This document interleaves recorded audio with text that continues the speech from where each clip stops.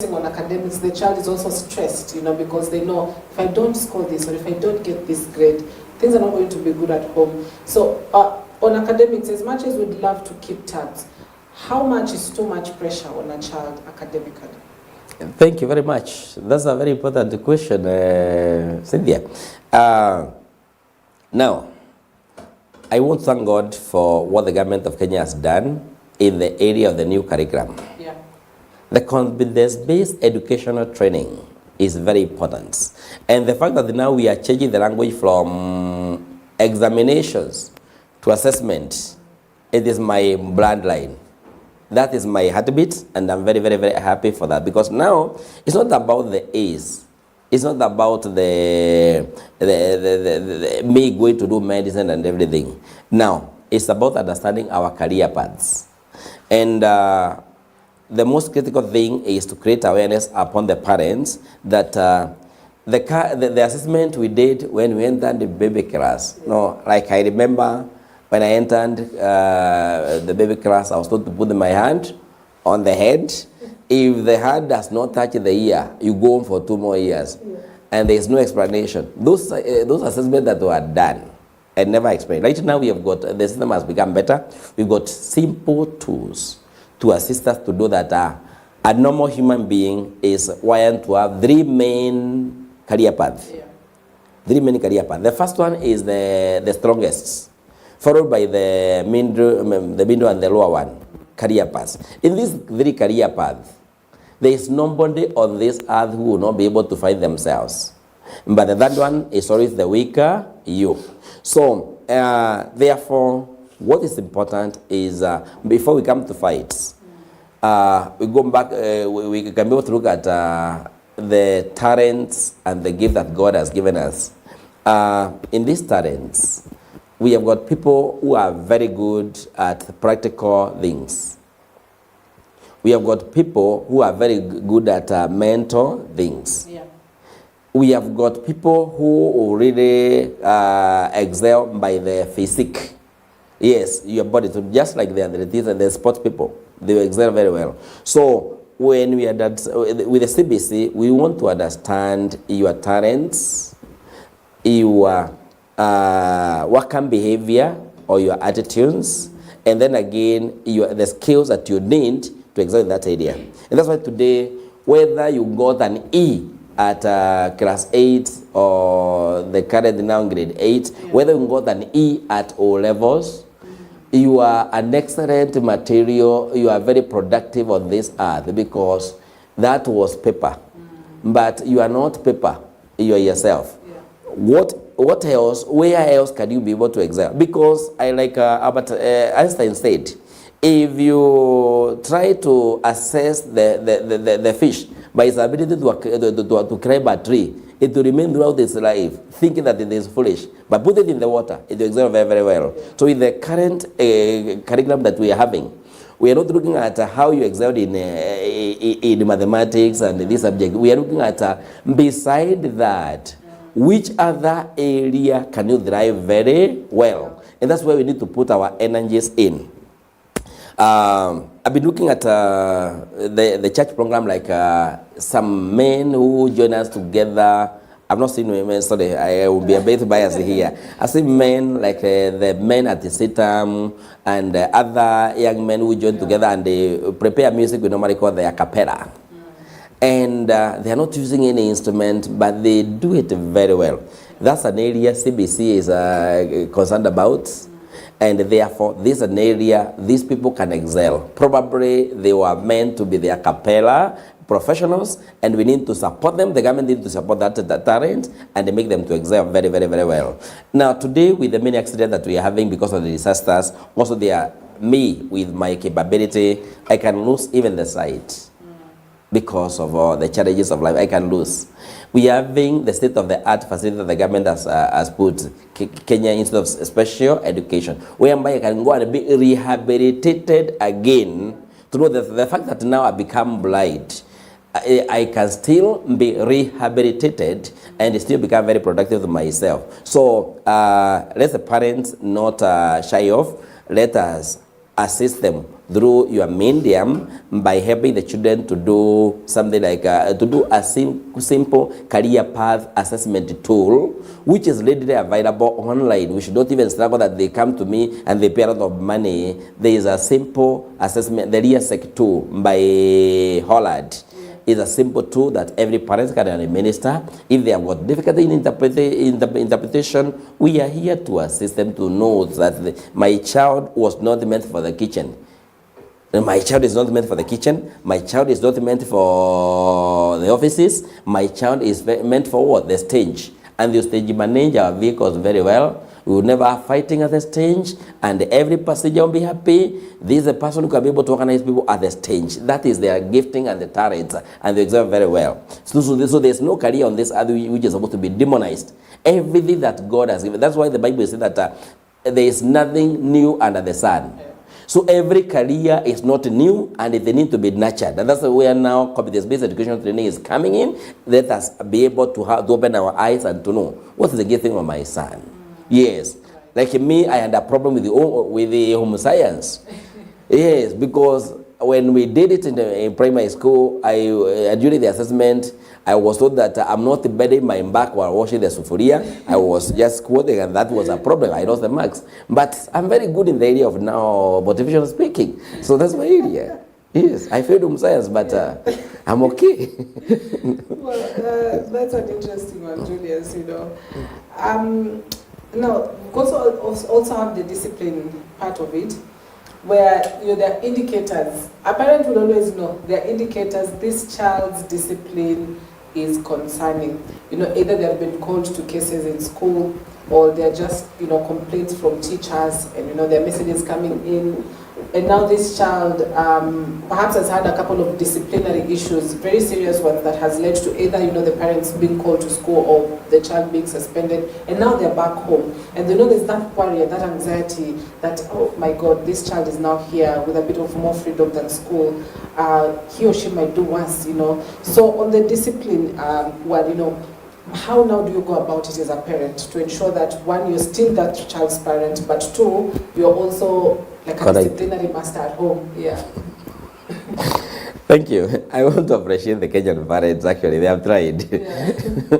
Because nobody had graduated from any institution as a parent. Now, let us understand two dimensions about discipline and the punishment. These two terms are always mistaken, and that's where the problem is.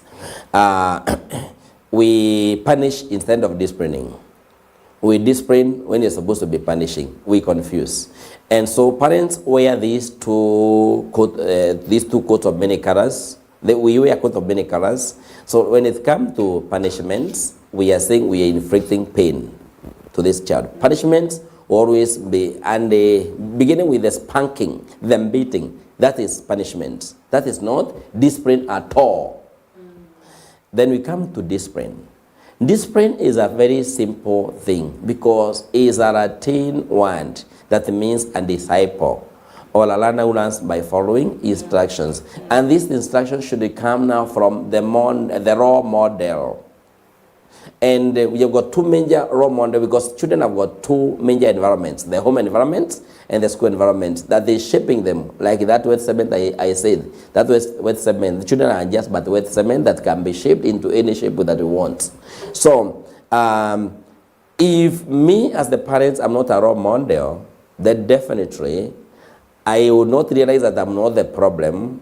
I'll always be seeing my problem in the child. Because actually we see ourselves in them. People are a reflection of ourselves. Yes, people are the reflection of ourselves. So we see ourselves in our children. So we are seeing an indisciplined child. But that child was born by you. So before they came, you were. And therefore, anything they have, you are the first originator of that information. So, because whatever I am doing, whatever I'm saying at home, I need to be aware that two little eyes and two little ears are always watching and they're listening to me. Yeah. And I'm amazed by how even the children can be able to understand my mother tongue, and they speak it very fluently, and they were born without that kind of information. So, therefore, discipline should begin at home, and because the home is an agent of socialization. It is the one to instill values in the child, and even morality in the child, and even the character. From there, we are transferring this child to the next very important person, the teacher. The teacher. And then we have got the church here also. Actually, there is a church or the madrasa before they go to the teacher. Those are also agents of socialization. So, at home, it's very critical. So, this child with the issue about discipline, we first of all need to understand the sources of the discipline cases. One of the reasons why children are going to misbehave is because of inadequacy.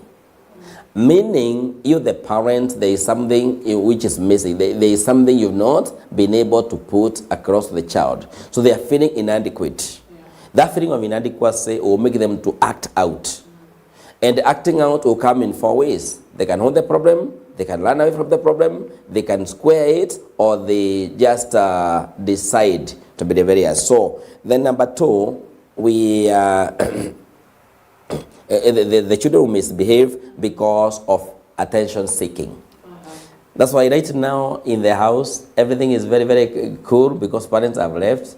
The moment you are alive, the best cup you have is going to be broken. Pa! And you are leaving the house because you are tired to go to your bedroom because you don't want the child to talk to you. So they will drop the cup so that the next leg will not rise up to go to the bedroom. So you'll be there with them. Doing what? Complain that your best cup has been broken. That is attention seeking. And by then, the children will catch up with you. They will bite one another when you come. Right now, there is a lot of peace in their house to seek attention because they're telling you, I need you. Number 3 reason is that children also misbehave simply because of rebellion. They just want to go against all the rules and regulations that you set because you never engage them. You only forced, even in school, they were forced to sign the rules and regulations. Even in study school, they are forced to release the money instead of buying the sweet, to put it that offering basket, which is so small that the hand cannot enter there. So they will rebel against that. Yeah. That's why we are teaching CRE, but still they are stealing and committing all manner of behaviors, misbehaviors. Then the other reason why they will misbehave is because of the power game. Who is who in this house? A child has become an adolescent. Now you're still telling them, you're still commanding them. Yeah. Instead of sitting down with them and reason together with them and agree to agree, agree to disagree. So those are the 4 main goals of why the children are going to misbehave. Power game, who is who in this house? Then inadequacy, rebellion, and also attention seeking. So we need to understand that both in school and at home, those will be the major cause of their misbehavior. Therefore, when it comes to that, first of all, we need to check. Before we start now acting, we need to check. What is this that is making my child to behave this way? Yeah. What is it? And is it because of inadequacy? Which area are they feeling inadequate? Is it because of seeking attention? I'm not giving them quality time. I said you cannot get quality time. Is it because of glory of is it because of rebellion that they want to go against they want to test the waters to see the boundaries? This is because they want to move them because away from where they have been, or is it because of they want to know whether the way I've been commanded when I was young, even today you're commanding me, you're not realizing that I'm growing, mom? Yeah. Dad, you still think that I'm still the same boy who was 3 years ago, who has been there? So, and that is very important for the parent to understand, so that now, when it comes now to disciplining, again, we need to be very careful about now the punishment. Actually, it's not this punishment. This punishment, we cannot go to punish our children in the presence of others, even brothers and sisters. The same way you are offering counseling in a place that do not disturb session in progress, let us have private session for this. Not publicly, because we're even traumatizing the onlookers. We are traumatizing them. Yes, they're the kids. Yeah. They are saying that now after you are through, after I'm through with this India, the next is you. So I'm on the lineup. So let it be done in a private place. The same way when father and mother want to fight, they should prepare the chapatis and the nice things for the children, and they take a journey off, then go to fight in the hotels or in the park there, not in the house. So then number 2, let us first of all explain why you want to inflict the pain in me. Number 3, explain that you still have the child. It's only the behavior you are not comfortable with, because we combine the child and the mistakes. Let us explain what we are dealing with. It's not you. You are such a nice person, besides the fact that you decided to delay to buy the packet of unga that we wanted. And finally, after that, punishment should be done. The punishment should be done instantaneously and within the shortest time possible, and they finish. Then can we reconcile back? We've dealt with the mistakes. Can we now reconcile back? Love should that unfading beauty of the heart, the love you had for your children should not change because of the mistake. We have done correction of the mistake firmly, and we have explained it. Then we have acted, and so there should be no delay in punishing, because I am brought up in a culture whereby I would make the mistake in the morning, and nothing is done. In fact, I'm congratulated after the evening when they are coming out to cook chapatis. So you mean chapati is not meant to be something that the meal is supposed to enjoy? Is a trap for me to be now hung with the ropes, to be spanked, to be tortured, to be burnt with an electric iron box. That is now child abuse. So let's have those kind of parameters. Let us first of all explain to them. Let us also understand that these children are also growing. And by the way, all these points we are talking about should be done between the age of 4 years all the way to 14 years. Much of whatever you say, because from 14 years, those are not children. Those are adolescents now who want to act what you'll be doing from 4 years to 14. So the most critical period for this is the 4 to 14 years. You can change, because these are children. From 15 years, those are not who want to run away from you, and they want to go and they perfect what you'll be doing for the last 10 years. Between 4 to 14 years. 10 years is the time the parent has to do all that. After that, now we are commissioning this particular person to go to the world to act what has been done. And that's why Proverbs chapter 4 verse 6 is, Proverbs chapter 22 verse 6 is very critical. Train up the child in the way they should go. 4 to 14 years. When they grow up, they will not depart from it. The training, it is training, not guiding. Training 4 to 14 years. After that, we are commissioning them to go to the world. And they now start announcing that they no or a yes. No or a yes. Because after 14, now that's a flag that can be taken by the wind anywhere. But a firm foundation will not make them to change. Right. Yes. Now, there's also one important aspect that you've brought up in some of the points that you've said. We've got a family of, let's say, 3 children. There's a firstborn who's about, more than 14 years of age. Then the others, in between that. So basically, your firstborn is an adolescent. And now you've closed school, you've got all of them at home because they have closed. Now there's the point of, this is my firstborn child, and also ensuring that this firstborn child, you do not treat them as a co-parent, as persons that are helping you raise these other young people. Because I tend to see that confusion a lot. You go to somebody's house, you're finding a 15-year-old is basically now cooking and cleaning and raising the siblings. There has to be a line, perhaps a clear line, Julius, between this is just but a firstborn child, but still my daughter or my son, but also to ensure that we're not like co-parenting. If I beat them, you should also beat them, you should also do this. So how do we draw that line? I wish parents are listening to what you have said. That's very important. Yeah.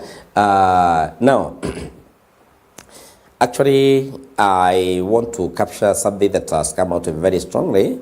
Number 1 is the distancing of the children should be considered in raising up children. When you've got a distance of a spacing of children, 5 years down the line before you can get the next child, that in itself is a problem. And I want to categorically say it is a problem. Because you discover that each child is growing independent of the other. And that independence is a problem in itself. Because a family is a system. A family is a system. A family is like a company with the directors, the managers, the supervisors, and the workers. Everybody is there, including the subordinates. A family is like that. So, if you go deeper now to the parenting, it's a many researchers have come up with the idea that at least a 2-year spacing is better for the children. But 5, 10, 8 years, now you are making everybody to grow as an independent person. So I will grow as the only child in the family. My other brother who comes 10 years down the line is an only child in the house. My sister will come 10 years after that one is the only child. And therefore, this is not a family. It's a clustered, we are just but good neighbors. So so we are just but neighbors. Because even the milestones that we are going through, I will go through my childhood, later childhood, adolescence, young adulthood, independent of you, and even you, my second-born sister, it will become difficult for us even to relate. There are some languages we will not be able to talk. We can't bond very, very, very well. So that's a problem. It's important to have smaller spacing gaps for the children so that they can develop their attachment. That attachment is very, very, very critical. Number 2, every child is born with certain traits or characteristics in the birth order. Every child, they also come up with certain quality or certain behaviors. The firstborn behavior is different from the secondborn behavior. The thirdborn behavior is different from the fourthborn behavior. The fifthborn behavior is different. And so, what we need to know is that let us not make our children to become parents when they are supposed to be children. They have got all the rights and privileges to be brought up. And so when you go to the children's rights, now I make my firstborn, who is a 15-year-old now, like a co-parent with me, that's child abuse according to the children's rights and the declarations that were made in Geneva, the Geneva Declarations. That's child abuse. So the parent should be able to know that even though I'm 17-year-old, according to the government of Kenya, I cannot be given the national ID card. Therefore, I'm still a child. Yeah. I cannot commit a crime and be taken to commit the maximum prison. We have got the juvenile facilities or the Boston institutions for me because I'm still underage. And because I'm underage and I'm supposed to be nurtured and taken care of like a child. Therefore, the dreams and the fantasies that they have of bringing up the best child should also be done. Otherwise, some of our children will mean them to become the maid, the shamba boys, and the house boys, and the house girls, instead of us knowing that at least there must be a boundary. So that's why now the boundaries, parenting boundaries are very critical. And when these boundaries are not created, there is a lot of abuse. We are also creating dysfunctional laws. If they come to cooking, cooking should be part of the activities to be done during the holidays.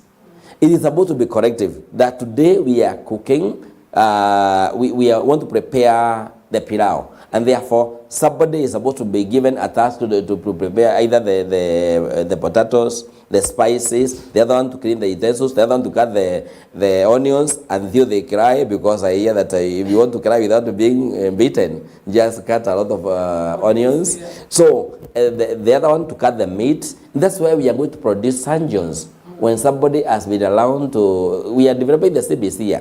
When we cook together, and cooking should be a communal thing, so that the chores are divided in segments, and that segmentation should still make the whole meal. Whatever my onion that I've cut, you the spices you did, and you brought the water. By the end of the day, we want to have a whole meal, and it should be joyous because everybody participated. But now when I started asking you that you cannot go to sleep before you clean the utensils, then you are no longer my child. Now I've employed you in the house. You need to wake up and prepare the breakfast.